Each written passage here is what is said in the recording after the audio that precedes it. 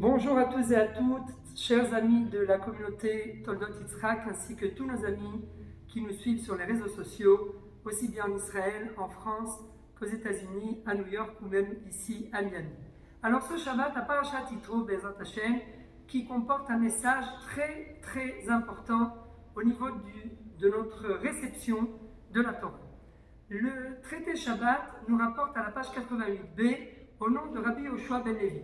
Amar Rabbi Yoshua ben Levi, בשעה שעלה משה למרום, באו אליו כל מלאכי השרת ואמרו לו, אמרו לקדוש ברוך הוא, מה אנוש כי תזכרנו ובן אדם כי תפקדנו.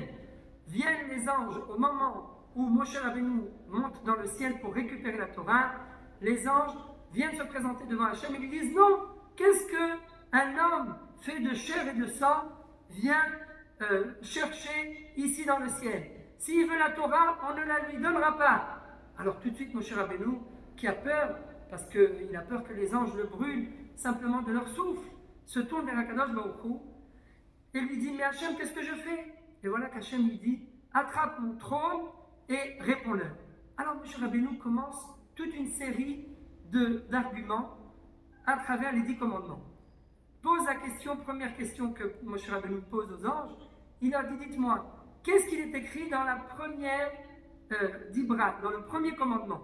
Il est bien écrit, je suis ton Dieu qui vous ai fait sortir d'Égypte. Dites-moi, vous étiez esclave en Égypte? Il est écrit, respecte ton père et ta mère. Vous avez un père, vous avez une mère, ne convoite pas ton prochain, ne trompe pas, ne fais pas de faux témoignages. Est-ce que vous, par hasard, vous auriez un mauvais penchant qui vous pousse à mentir, qui vous pousse à tricher? Non, vous êtes des anges. Et les anges, comme tout le monde le sait, n'ont pas de mauvais penchant. Donc, au final, leur démontre Moshe Rabbeinu par A plus B, la Torah ne vous appartient pas. Et de suite, les anges, après toute cette démonstration, les anges reconnaissent que la Torah appartient bien aux hommes. Ils lui donnent la Torah à Moshe Rabbeinu et ils lui disent Alita la marom shavita shevi la karta matanot ba'adam. Tu es monté jusqu'au ciel, tu as récupéré la Torah et tu vas l'emmener comme cadeau aux hommes. Alors, la question qui se pose sur ce merveilleux midrash, eh bien c'est, qu'est-ce que les anges pensaient? Est-ce que les anges pensaient vraiment que la Torah leur appartient? Quoi, ils ne savaient pas ce qui est écrit dans la Torah, comme quoi la Torah appartient à ceux qui étaient esclaves en Égypte, comme quoi elle appartient à ceux qui ont un mauvais penchant? Il est bien clair qu'ils le savaient puisqu'ils l'ont gardé auprès d'eux dans le ciel durant plus de 2000 ans. Alors pourquoi les anges cherchent-ils à faire des problèmes à Moshe au moment où il vient pour prendre la Torah et la donner aux hommes? Alors, il y a deux façons de répondre à cette question, deux réponses. Une première réponse qui est peut-être un peu plus commerciale, mais qui est très importante, et une deuxième réponse qui est un petit peu plus spirituelle. La réponse commerciale, eh bien, c'est un exemple qui est ramené par le Maguid de Douvna. Et voilà que, en deux mots, le Maguid de Douvna nous dit que l'intention des anges était de faire grandir la Torah aux yeux des hommes. Non pas que, bien sûr qu'ils savaient ce qui est écrit dans la Torah, mais il fallait faire prendre conscience aux hommes que la Torah est spirituelle, elle est divine. Et on ne peut pas descendre cette Torah si facilement en bas dans ce monde. Elle doit être difficile d'accès. Avant de pouvoir y aboutir, eh bien, il faut passer plusieurs étapes, parfois même plusieurs obstacles avant de pouvoir atteindre notre but. Et si les anges n'avaient pas essayé de freiner le passage, de bloquer le passage à Moshe Rabbeinu, eh bien, les hommes n'auraient pas suffisamment estimé la grandeur et la valeur de la Torah.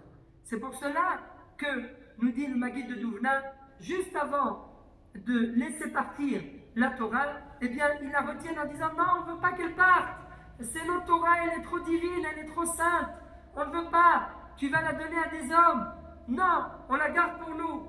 Ah, quand les hommes vont entendre une chose pareille, ils vont se dire, mais alors, on a de la chance de pouvoir récupérer cette Torah. On a un mérite, puisque même les anges eux-mêmes ne peuvent pas y accéder. Alors, quelque part, eh bien, il y a ici un message à la fois pour ceux qui propagent la Torah, mais également pour ceux qui veulent se l'approprier. Ceux qui propagent la Torah, eh bien, rappelons-nous qu'elle n'est pas à nous. Elle appartient à Hachem. Donc, il faut faire en sorte d'éveiller chez chaque juif l'amour de la Torah, cette envie de la recevoir, mais surtout également d'un côté éveiller en eux l'amour, mais également de montrer qu'elle n'est pas facile d'accès. Elle est dure à acquérir, un petit peu l'Avdil comme une femme. Elle est dure à acquérir, parce que ce qui est facile à acquérir, eh bien on ne l'estime pas suffisamment. Tandis que la chose pour laquelle on a œuvré tellement, eh bien là oui, on va la garder comme la prunelle de nos yeux. Ça, c'est par rapport à ceux qui propagent la Torah. Mais également un message à ceux qui veulent s'approprier la Torah. Il faut se donner à fond. Il faut qu'une personne qui veut vraiment accéder à la Torah, qu'elle comprenne qu'elle doit fournir des efforts à la fois physiques, à la fois spirituels, mais également parfois financiers. La Torah, ça coûte cher. C'est pas facile. Il faut éduquer nos enfants. Il faut payer des écoles qui coûtent beaucoup plus cher parfois que l'école publique. Il faut s'investir de son temps, investir de son argent. Est-ce que vous connaissez une mitzvah qui ne coûte pas d'argent? Ça n'existe pas. Toute mitzvah réclame de nos forces, réclame de notre argent, réclame de notre temps. C'est élémentaire. Eh bien oui, voilà, grâce aux anges, le message que nous pouvons tirer ce Shabbat, c'est qu'en effet, la Torah est peut-être dure d'accès, mais elle en vaut la peine. La preuve, c'est que même les anges ne voulaient pas nous la donner. Donc c'est qu'il y a quelque chose de divin, quelque chose de magique dans cette Torah. Et bien sûr, si on rencontre des obstacles, avant de pouvoir la faire apparaître dans le monde, eh bien c'est tout à fait naturel, parce que quelque chose de divin qui doit descendre sur terre, eh bien ça passe automatiquement par des obstacles, ça passe automatiquement par des concessions, par des efforts énormes, comme on l'a dit, que ce soit physique, spirituel, financier. Oui, c'est dur de faire descendre la Torah sur terre, c'est dur de la propager et de la dévoiler dans le monde. Alors, nous devons tous être associés pour le dévoilement de cette Torah, aussi bien ceux qui la propagent que ceux qui veulent la recevoir, ceux qui veulent la faire grandir. Mais il existe une deuxième réponse, qui est une réponse un peu plus spirituelle. Et également, en quelque sorte, grâce aux anges, eh bien, nous avons compris, nous les hommes, que nous ne sommes pas des anges. Mais au final, nous sommes des hommes. Pourquoi? Eh bien, parce que parfois, il y a des hommes qui vous disent: ah, mais cette mitzvah, elle est trop dure. Cette mitzvah, c'est impossible de l'accomplir. C'est une mitzvah pour les anges. Eh bien, non. Ce que Rabbi Yoshua ben Levi tente de nous transmettre à travers ce midrash, c'est de nous dire que la Torah a été donnée aux hommes, pas aux anges. Elle a été donnée aux hommes avec toutes les difficultés qu'elle comprend. Bien sûr, c'est sûr que c'est pas facile. Je suis Cohen, je veux me marier avec une divorcée, je ne peux pas. La Torah me l'interdit. Ah, mais c'est pas juste, c'est pas humain. Mais oui, si c'est humain. C'est pas une mitzvah pour les hommes, c'est une mitzvah pour les anges. Non, toutes les mitzvahs qui sont écrites dans la Torah sont destinées à l'homme. Car si elles n'étaient pas destinées à l'homme, si elles étaient destinées uniquement aux anges, eh bien la Torah ne serait pas descendue sur terre. Voilà la deuxième réponse spirituelle que nos Chachamim tentent de nous enseigner à travers ce midrash. Eh bien, la conclusion est simple.